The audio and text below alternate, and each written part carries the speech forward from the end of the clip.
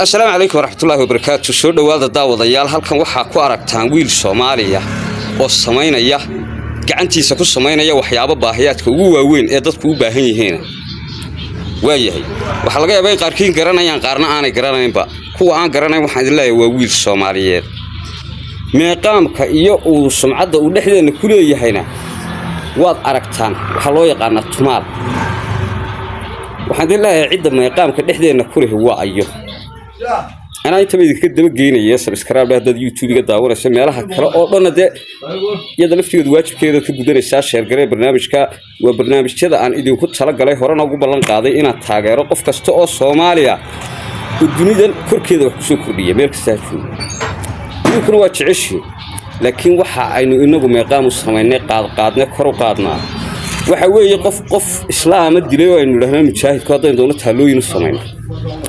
waxaynu sameynaa qof yaro meel ka yimi oo fanaan ama lamida ama tiktoker ayaynu xaflado u qabanaa intaas oo $1,000 ku bixinaa hotel ku soo dhaweynaa maamuusna kor u qaadnaa cidda maamuuska maanta inooga baahan cidda doonaysa inay taalooyin u sameyno waxa weeye qof kasta oo Soomaali dhexdeeda wax ku soo kordhiya Soomaaliya waa wax lagu faamo oo wax lagu farxi karo ummad kastaana waxay ku faantaa qofka iyada wax ku soo kordhiya magac iyo masab qofka geed dhexdooda ku beer kamsaro soo geedka ugu cimriga yar soo baxa maaha markiiba la dhig qofka kamsaraha beera Soomaalida dhexdeeda wax ku soo kordhiya qofka laakiin inaad ku soo tiktoker ka yimaada lacag jireega baxday soo dhaweyn xafladaha u qabanay hor yaacna waxba inaguma soo kordhin aan fadeexadahay marka tagu ku ahaya warmaanta waxay naga mudan inaynu taalooyin u dhisno in aynu maamusno in aynu iskuulada ugu magac darno in aynu xaafadaha ugu magac darno dadka Soomaalida dhexdeeda wax soo saaraya sida ninkan oo kale wax soo saaraya ee aynu cimrigeena kala dhaxlayno waa kuwa maanta ugu liita wasawta ninka tumaal baynu naqaana qaar hore aan soo bandhigayo kamid ahaayeen wiilkii yaraaye kabaha sameyn jiray ee cadcadka ahaa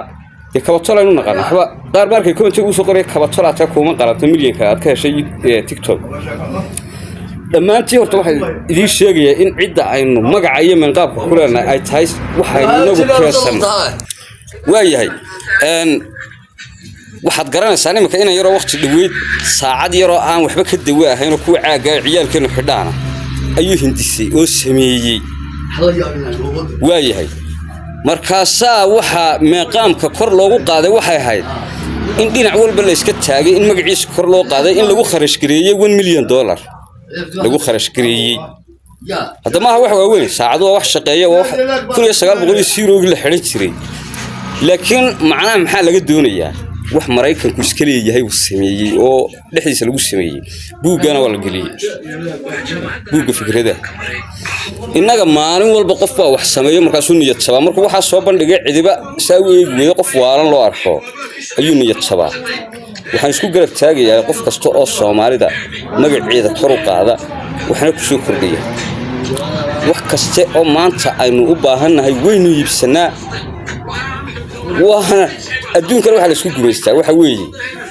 waxaad samaysay soo saarto ama waxaad dhaqatay soo saarto ama wixii dalkaaga ku jira way Yurub oo dhan marka ruushku wuxuu ku guuleystay oxygen yareed ka xidhay qoro abaad bay siiday marka waxa weeye waxa adduunyada awood iyo cudud leedahay ayaad ugu faami kartaa dhamaantiin way salaamaya bar kale waxaan ku codsanayaa inaad YouTube ka subscribe tiraha follow tiraha Facebook YouTube meesha iga daawanaysaanba maxaan balana anu waxa idin ballan qaaday inaan urur sameyn doono qof kasta oo khibrada Soomaaliyeed khibradan aynu adduunka looga sheekeeyo wax raadisa waa ninkan iyo wixii la mid ah khibradan adduunka la idinka sheekeeyo waa taas khibrada Soomaaliyeed inaan ururino inaan urur sameeyo in aan magacooda kor u qaadno in aan iskuulada ugu magac daro in xaafadaha ugu magac daro intuba way ga go'antay idinka waxa idinka go'an idinka ay sheegi doona waxa idinka go'an idinka ay sheegi doona kulli anigu Soomaalida nolosha gibigeeda wayna ruwaayad taqaano ayaan u arkaa dhamaantood salaamaya barnaamijkaana gaarsiiya meel kaste qof kaste oo wax hindisana inaad ugu soo xidhaan baan jecelahay